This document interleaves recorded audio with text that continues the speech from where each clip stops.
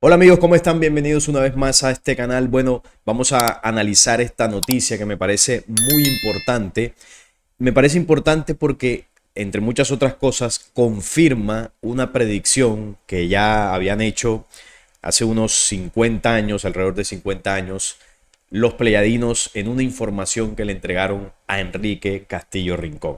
Sí, un contacto que, bueno, cada vez que yo lo menciono acá genera polémica, porque yo sé que muchos no creen en la existencia de los pleyadinos y mucho menos que hayan venido a contactar y a traer información por acá.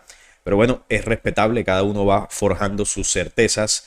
Y en mi caso, esto es una de las tantas cosas que me confirma aún más la veracidad de este contacto y sobre todo que estos señores que vinieron de por allá tan lejos a dar una mano a la humanidad trajeron una verdad, un conocimiento de verdad que al pasar el tiempo desde que ocurrió este contacto, que bueno, es el de tiempos más recientes, porque si hablamos de contactos de hombres de las Pléyades habría que ir bastante atrás a la historia humana y los diferentes contactos. Pero en este caso, en el de Enrique Castillo, este es un elemento más que se cumple, algo que ya ellos habían predicho y ahora vamos a ver qué fue lo que ellos dijeron. Pero vamos primero con esta noticia porque se habla de un increíble hallazgo del tercer campo que rodea a la Tierra y que cambia lo que se sabe del comportamiento de nuestro planeta. Los científicos lo describen como un agente del caos. Se trata de un campo ambipolar que rodea a la Tierra y que acaba de ser descubierto por el cohete Endurance de la NASA. Y alguno pensará, bueno, ¿y tú cómo le crees a la NASA de que esta información es real, de que realmente descubrieron este campo? Bueno, si yo en lo personal no tuviera el sustento del contacto y la información de estos señores que contactaron en los años 70, que ya habían anticipado esto, obviamente yo pondría esto en duda. Pero teniendo como base esa predicción que ellos hicieron y cómo se cumple con tal exactitud, esto quiere decir que por lo menos esta información de la NASA es real. Porque no podemos caer en los extremos, como caen algunas teorías de que, bueno, 100% todo lo que dice la NASA es falso. Y eso no es cierto. Las agencias internacionales de ciencia tampoco son tontas. Si bien están ahí para manipular y engañar a la población en general, ellos saben que tienen que entregar conocimientos y ciertos descubrimientos que son reales porque el ser humano tarde o temprano se da cuenta. Entonces ellos juegan con eso, nos dan ciertas informaciones verídicas, algunas manipuladas y otras falsas. Y con toda esa información ellos lo que buscan es enredar el pensamiento. Pero en medio de eso hay verdades. Es como el tema de la Iglesia Católica. Quien haya estudiado e investigado un poco se dará cuenta que es una organización de espiritualidad falsa. Eso es evidente. Pero no podemos negar que dentro de lo que la iglesia enseña hay algunos vestigios de verdad. Por ejemplo, promueve, bueno, entre comillas, promueve el mensaje de Jesús y dentro de ese mensaje hay verdades. Así que incluso usted dentro de la iglesia católica puede sustraer información que es verdadera. Así que eso tengámoslo en cuenta porque es una acción negativa de nuestra inteligencia rechazar absolutamente todo. Siempre, en cualquier lado, vamos a encontrar alguna información verídica. Eso tengámoslo por seguro. El campo, dicen los expertos, es una pieza fundamental en la forma en que funciona nuestro planeta y ahora por primera vez lograron medirlo. Hasta ahora se conocían dos campos de energía que crea nuestro planeta. El primero es el campo gravitacional que se encarga de mantener nuestra atmósfera. Si no hay suficiente gravedad, la atmósfera escaparía al espacio. Bueno, según por ejemplo los señores que defienden la Tierra recta, la gravedad no existe. Aunque yo en este canal he explicado que lo que realmente es la fuerza de gravedad, como llaman los científicos, es la fuerza de cohesión o la ley de cohesión, que es una ley viva que funciona como el pegamento universal y no pega las cosas porque sí, sino que esta ley está sujeta a otras leyes como la resonancia, la vibración, la ley de pertenencia, la ley de atracción, bueno, diversas leyes que componen esa ley mayor que es la ley de cohesión. Entonces, para que una creación se pegue a otra, tienen que haber otras leyes en función, tiene que haber un propósito de vida en esa unión para que se dé la cohesión. Son varios componentes y bueno, esto la ciencia ortodoxa no lo explica, lo desconoce o no lo quiere decir Y claro, la forma en que ellos plantean la gravedad pues es bastante cuestionable porque falta explicación. El segundo campo es el magnético, es el escudo que protege nuestro planeta del viento solar, la corriente de partículas cargadas que libera el Sol. Entonces, la ciencia había descubierto dos campos, el primero el campo gravitacional y el segundo el campo magnético. Ahora, después de años de buscarlo, finalmente se logró ubicar el tercer campo, que ellos le llaman el ambipolar, el campo ambipolar.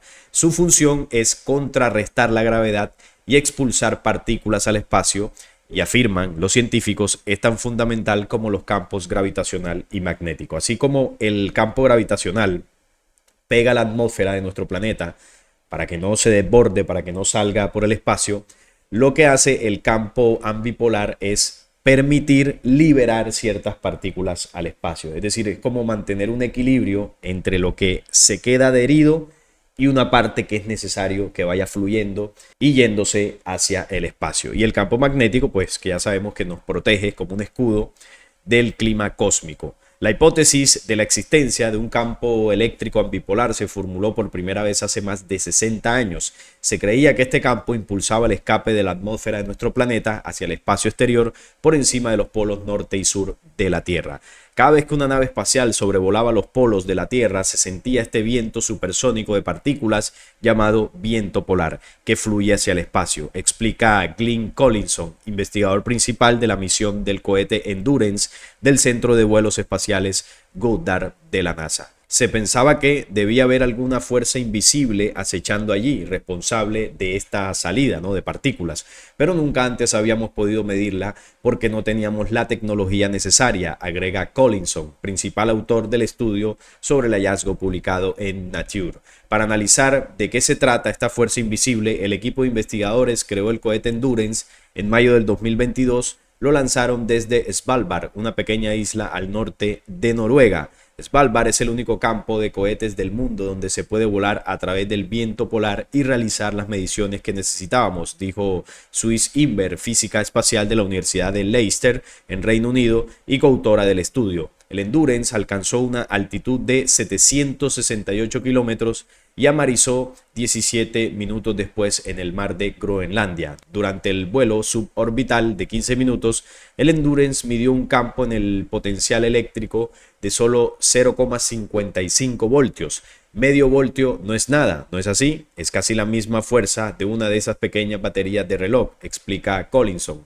Pero esta es exactamente la cantidad que se necesita para explicar el escape de viento polar. Y como lo mencionaron, el objetivo o la labor que tiene este campo es contrarrestar esa fuerza de atracción, de cohesión, y expulsar algunas partículas al espacio. Los iones de hidrógeno, el tipo de partícula más abundante en el viento polar, experimentan una fuerza hacia afuera de este campo 10,6 veces más fuerte que la gravedad. Eso dicen los investigadores, es más que suficiente para contrarrestar la gravedad. De hecho, es suficiente para lanzarlos hacia el espacio a velocidades supersónicas. Básicamente, el campo ambipolar eleva los cielos dando forma a la ionosfera, una capa de la atmósfera superior. Es como una cinta transportadora que eleva esta atmósfera hacia el espacio, explica Collinson. El campo es ambipolar porque funciona en ambas direcciones.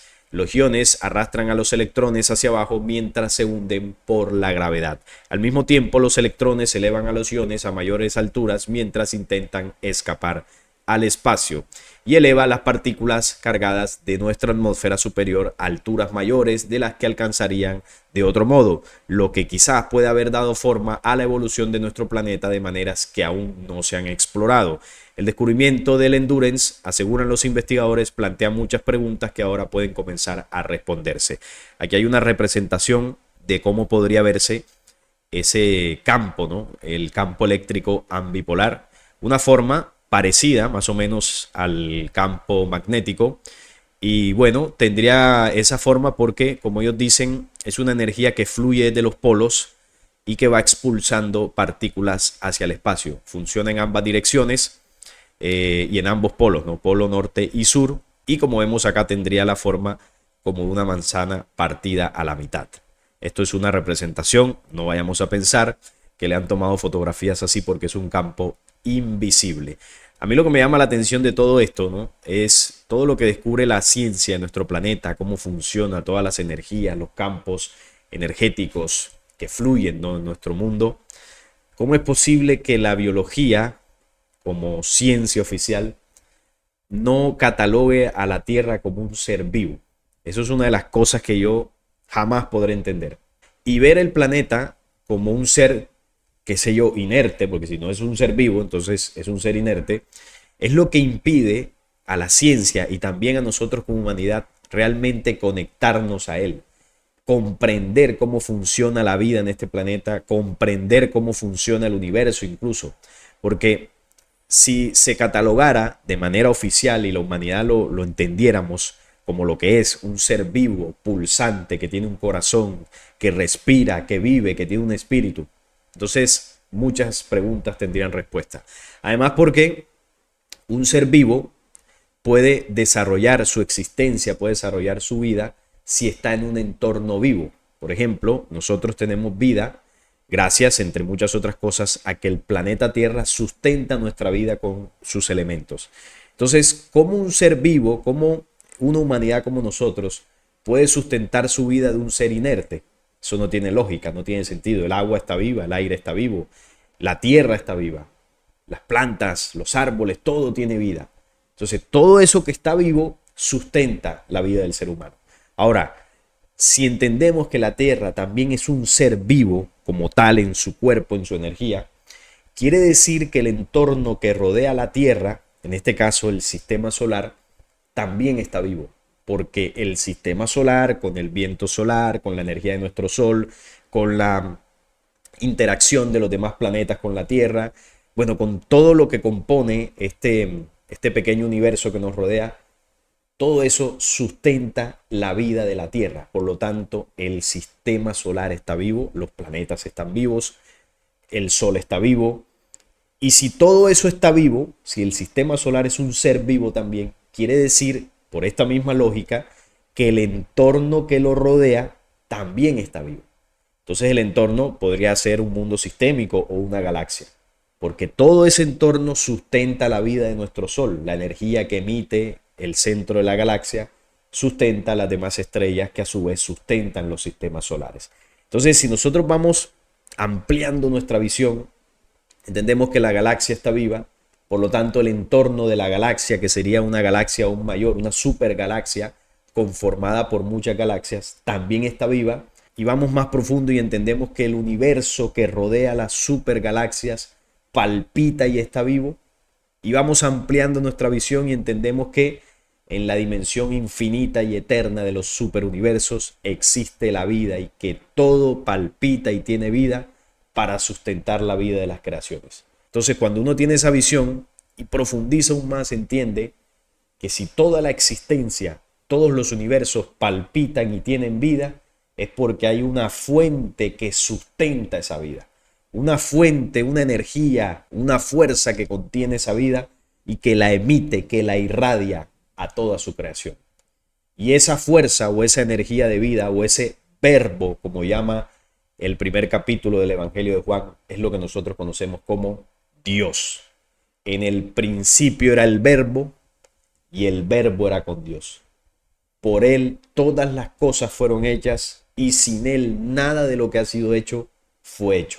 En él estaba la vida y la vida era la luz en los hombres. Entonces se entiende toda la mecánica que acabo de explicar y se entiende ese conocimiento que es espiritual, que uno podría decir, no, eso es religioso, pero hay una ciencia detrás de eso, hay una lógica para entender la vida. Y eso es lo que los científicos testarudos, tercos no entienden. Y bueno, también porque son pagados y manejados por una élite que no le interesa que el ser humano contemple y contenga la verdadera lógica de la vida en la creación. Entonces, cuando se hacen estos descubrimientos, bueno, a los que les interesa este tipo de noticias y este tipo de informaciones, por un momento nos salimos, ¿no?, de esa cotidianidad de las cosas que nos suceden a diario y comenzamos a pensar de una forma universal. Y ahí nuestro entendimiento se expande y vamos comprendiendo algunos misterios de toda esta existencia que nos rodea. Por eso estos temas a mí en lo personal me apasionan porque nos ayudan a comprender nuestro universo básicamente. Así que este fue el descubrimiento Y ahora vamos a ver qué fue lo que dijeron los pleiadinos y cómo ya ellos, alrededor de 50 años más o menos, que ellos ya habían anticipado esto. En este diálogo que tiene Enrique con los pleiadinos en el libro Omni, Alborada Humana, los pleiadinos le comparten un conocimiento del universo y un conocimiento científico muy interesante, que esto parecería locura, ¿no? Si un científico ortodoxo lee esto, dirá esto no tiene sentido, esto no tiene sustento científico, pero a lo largo del tiempo se ha ido cumpliendo paso a paso lo que estos científicos espirituales, lo que estos hombres de las estrellas ya habían anunciado. Se me antojó preguntar, dice Enrique, a la gigantesca distancia entre mi planeta y las Pléyades. No pudiendo sostener mi curiosidad, interrogué. Obviamente, dentro de lo que ellos conversaban, se entiende de que el universo sí existe, de que las distancias existen, de que los sistemas solares existen, no solo el nuestro, sino muchos otros.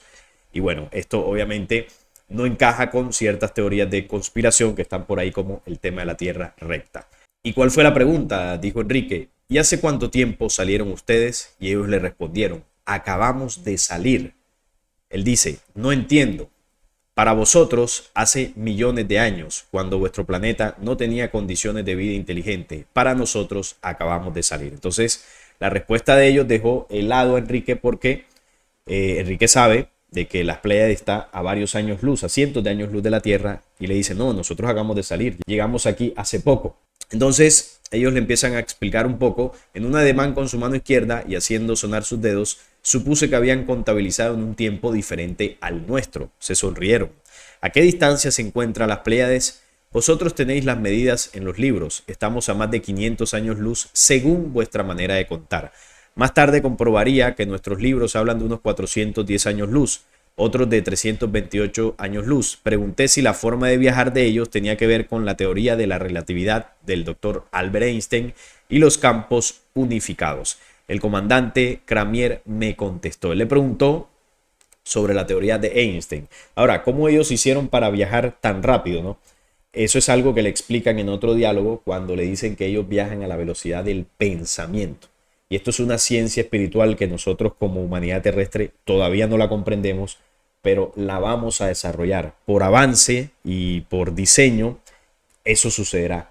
Una de las formas de propulsión de naves bioplasmáticas como las de ellos, cuando me refiero a naves bioplasmáticas, es que las naves en las que ellos viajan son seres vivos. No son naves de hierro, de tornillo y de gasolina como las que tenemos aquí, sino que son seres vivos capaces de sujetarse a las leyes del universo, a las leyes de la vida, para poder viajar a través del universo, como por ejemplo con la energía del pensamiento. El pensamiento viaja más rápido que la luz. El pensamiento, o con el pensamiento, usted puede imaginarse que está ahora mismo en China, y lo que en un avión le toma muchísimas horas llegar, usted con el pensamiento llegó en un instante. O por ejemplo, si usted imagina que está en la luna, su imaginación o su pensamiento lo lleva hasta allí en un instante, en menos de un segundo. Y a la luz le toma, según la forma en que nosotros percibimos eso, a la luz le toma poco más de un segundo de llegar de la luna hasta la Tierra. Es decir, que el pensamiento viaja más rápido que la luz. Esto yo lo explico ampliamente en un video que hice ya hace algunos años, donde hablé precisamente de cómo la teoría de Albert Einstein está equivocada. Y me baso en lo que ellos dicen acá. Ahí en ese video podemos ampliar mucho más y comprender esto que estoy diciendo, porque usted dirá: bueno, usted está diciendo una locura. ¿Cómo así que con el pensamiento, si nosotros somos seres físicos? Sí, tenemos un cuerpo físico, pero en la medida que vayamos avanzando espiritual, física, intelectualmente, y vayamos desarrollando ciertas tecnologías y ciencias diferentes, ¿no?, a las que ahora mismo tenemos, sino unas tecnologías y una ciencia más conectada a las leyes del universo, ahí aprenderemos cómo desmaterializarnos para poder viajar por el universo a la velocidad de la luz, a la velocidad del pensamiento, y llegar a la velocidad de la conciencia, que es mucho más veloz que la del pensamiento. Entonces, la única forma de viajar no es con gasolina ni con estos cohetes. Entonces dice por acá sobre la teoría de Einstein: para que esa teoría quede correcta, habría que modificarla por lo menos 3 veces. Esto es una forma decente de decir: ese tipo lo que planteó estaba más perdido que para dónde.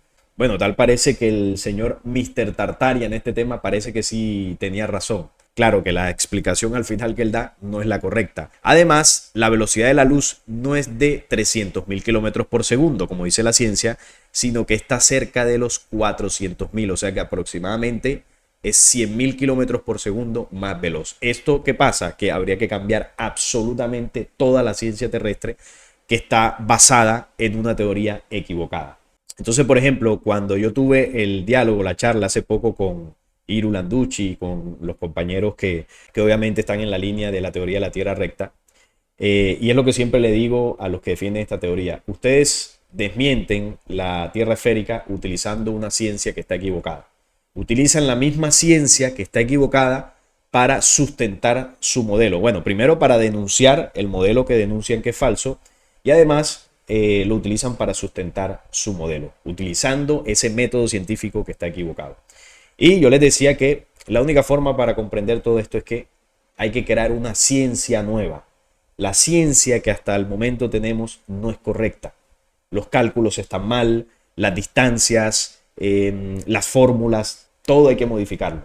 Porque si bien es cierto que hay algunas cosas que la ciencia ha aportado, que son ciertas, porque eso hay que rescatarlo, hay muchas otras que se sustentan en teorías que están equivocadas, como la del señor Einstein. Entonces, a partir de ahí, si yo voy a utilizar una ciencia que no está correcta del todo para sustentar una denuncia o una teoría, ahí ya tengo que repensarlo porque quizás estoy equivocando un poco el camino. Pero bueno, poco a poco, como humanidad nos daremos cuenta de eso. Está cerca de los 400.000, solo que la luz sufre una especie de frenaje en las capas atmosféricas electrostáticas, eléctricas, en las capas de ionización que tiene el planeta. Entonces, aquí es donde viene el tema que está relacionado con el descubrimiento.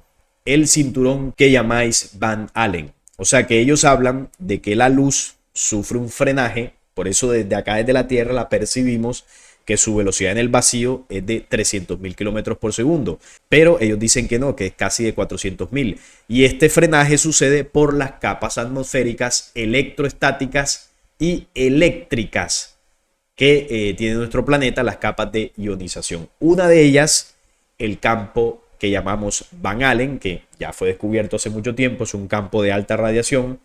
El otro campo es el campo magnético, también está el campo gravitacional que llaman ellos, y acá miren lo que dicen. Y otro campo no detectado todavía por vuestros científicos, que tiene forma de dos mitades de una manzana. Entonces, en ese momento de este contacto, ya la ciencia conocía el campo magnético, ya conocíamos el campo de Van Allen y conocíamos también el campo gravitacional. Todos estos campos que rodean la Tierra ya habían sido descubiertos, pero había uno que todavía no había sido descubierto, que es el que dicen acá que todavía no había sido detectado y que tiene forma de dos mitades de manzana. Y ese campo que ellos decían ahí es el descubrimiento que acaban de hacer los científicos con la nave Endurance sobre el campo este ambipolar, que como les mostraba por acá en una de las representaciones, aquí está la imagen, como ellos decían, que parece dos mitades de una manzana.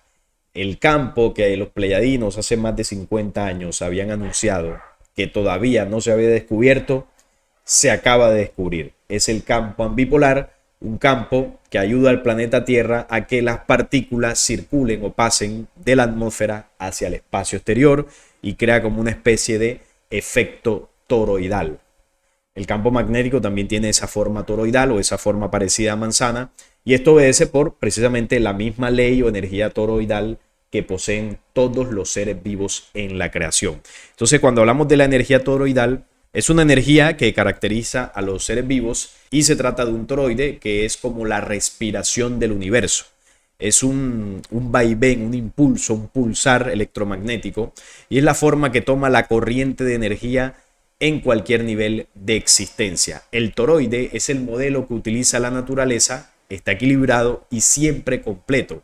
El universo es una fábrica de toroides que son visibles a varias escalas, desde las galaxias hasta los más pequeños. Entonces, cuando habla aquí que busca mantener el equilibrio, es lo que decía ahorita, de que si bien hay una fuerza de cohesión que mantiene todo unido y pegado a la Tierra, como la atmósfera, por ejemplo, debe haber una energía que también expulse ciertas partículas para que exista ese equilibrio natural de nuestro planeta. Este toroide funciona con fuerza centrífuga y con fuerza centrípeta. Es decir, una fuerza que atrae las cosas al centro del planeta y otra fuerza que repele las cosas del centro del planeta hacia afuera. Está presente en los átomos, células, semillas, flores, árboles, animales, humanos, huracanes, planetas, soles, galaxias e incluso en el cosmos como un todo. Esa es la energía toroidal. En un video que hice también hablando sobre los misterios del espíritu, hablé de los misterios del espíritu humano, pero también de los misterios del espíritu del universo. Ahí se los recomiendo para que le echen un vistazo. Ahí hablé de que una de las cosas que los científicos no comprenden del universo es la energía oscura. Y esa energía oscura que precisamente hace que el universo se expanda cada vez más rápido, esa energía que ellos llaman oscura es realmente el espíritu del universo. Y el espíritu del universo tiene una ley, y esa ley científicamente es conocida como el toroide. Pero espiritualmente, por ponerle un término, podríamos llamarle la ley de la espiral. Las cosas en la creación, las creaciones en toda la existencia se expanden en espiral. Su energía fluye en espiral. Y el toroide es una espiral. Es una espiral energética que va fluyendo de adentro hacia afuera y de afuera hacia adentro. De esa forma el giro de las galaxias se mantiene, el giro de los sistemas solares, el giro de los planetas, el espíritu de las plantas, de los animales, de los seres humanos se expande a través de ese campo magnético que, como vemos acá, su punto central es el corazón. Y vemos cómo de ese impulso, de ese diástolo y sístolo de nuestro corazón, que se crea un campo electromagnético, obviamente detectado por la ciencia, se crea este mismo campo que, así como pasa con la Tierra, que esos campos energéticos la rodean, este campo a nosotros también nos rodea, un campo que producimos por la ley de nuestro corazón y se produce un campo electromagnético, lo que en corrientes orientales se llama el aura. El aura vendría siendo como el campo magnético, el campo gravitacional, el campo ambipolar del planeta Tierra, pero en este caso ya a nivel humano. Esta energía toroidal fluye por todos lados en la creación. ¿Cómo funciona? Tiene un campo magnético que se conecta con un polo de la Tierra y un campo eléctrico que se conecta con el polo del cielo. Es por eso también conocido como el campo electromagnético. La energía de un toroide fluye desde un extremo, circula por el centro y acaba en el otro extremo.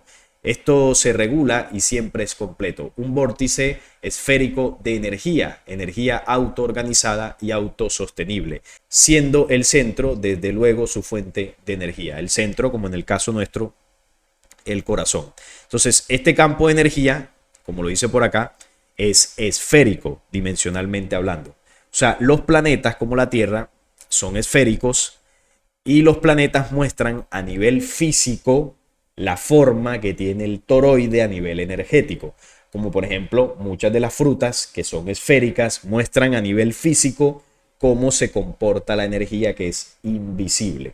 Entonces, eso se replica en muchas creaciones, ¿no? Que adoptan esa forma esférica de acuerdo a la dimensión de la creación. Obviamente un animal, un ser humano, no puede ser esférico porque tenemos ya una forma física que se necesita adaptar para otras condiciones de vida. Nosotros necesitamos brazos, piernas, necesitamos una cabeza, necesitamos un cuerpo erguido para poder desarrollarnos. Somos creaciones diferentes a un planeta.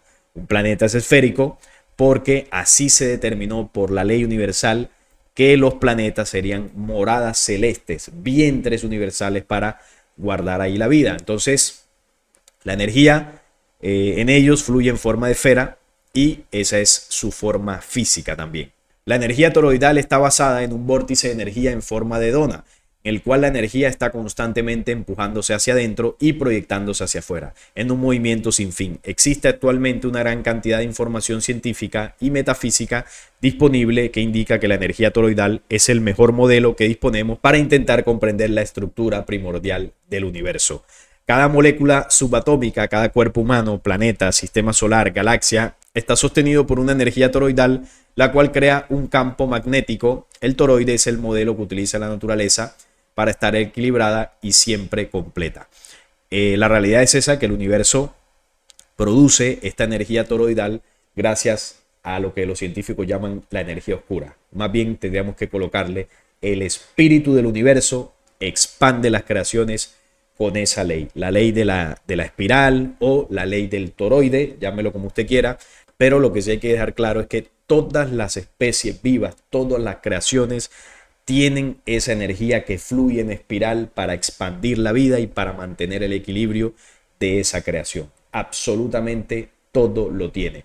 Y si la Tierra lo tiene, la Tierra es un ser vivo, más allá de que la ciencia lo niegue. Entonces aquí vemos el corazón, cómo fluye esta energía, y vemos aquí en el ser humano, ¿no?, en una dimensión espiritual o energética, también ese fluido que desde culturas ancestrales ya se sabía, ¿no?, de que así funcionábamos, que teníamos esa energía, y es precisamente lo que equilibra. Es una energía que tiene como punto central el corazón a nivel energético, y de acuerdo a nuestras emociones, de acuerdo a nuestro estado de ánimo, de acuerdo a nuestro estado de salud, ese campo magnético se va a expandir si estamos saludables desde todo punto de vista, o si estamos enfermos o desequilibrados a nivel emocional, esa energía se va a comprimir.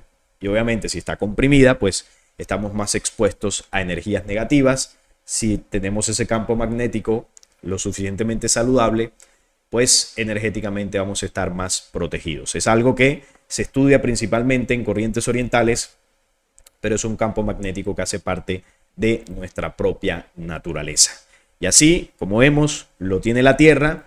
Es un descubrimiento que ratifica esa predicción que ya habían hecho los pleiadianos de que íbamos a descubrir un nuevo campo alrededor de la Tierra, que la ciencia hasta ese momento no lo había detectado.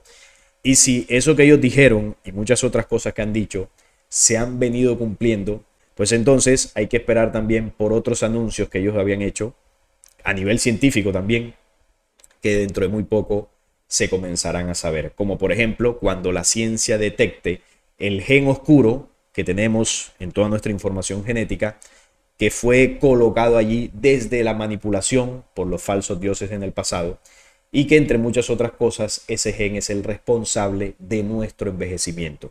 Y ellos le dijeron a Enrique que una vez que eso se descubra y que ese gen sea aislado, nuestro tiempo de vida se va a incrementar en un principio hace unos 300 años. Es decir, pasaremos de 120 años, que es ese límite que nos puso por allá Jehová en el Antiguo Testamento, serán sus días 120 años, y pasaremos de eso a unos 300 años, hasta alcanzar nuestro tiempo original, que era de alrededor de 1000 años para esta raza humana terrestre, porque nos acortaron bastante ese tiempo de vida. Eso lo anunciaron ellos.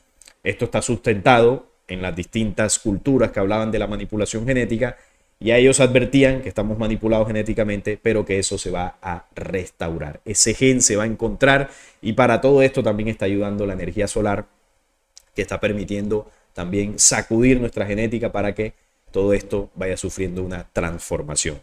Y como eso, muchas otras cosas más que están anunciadas a nivel profético, que poco a poco se irán dando.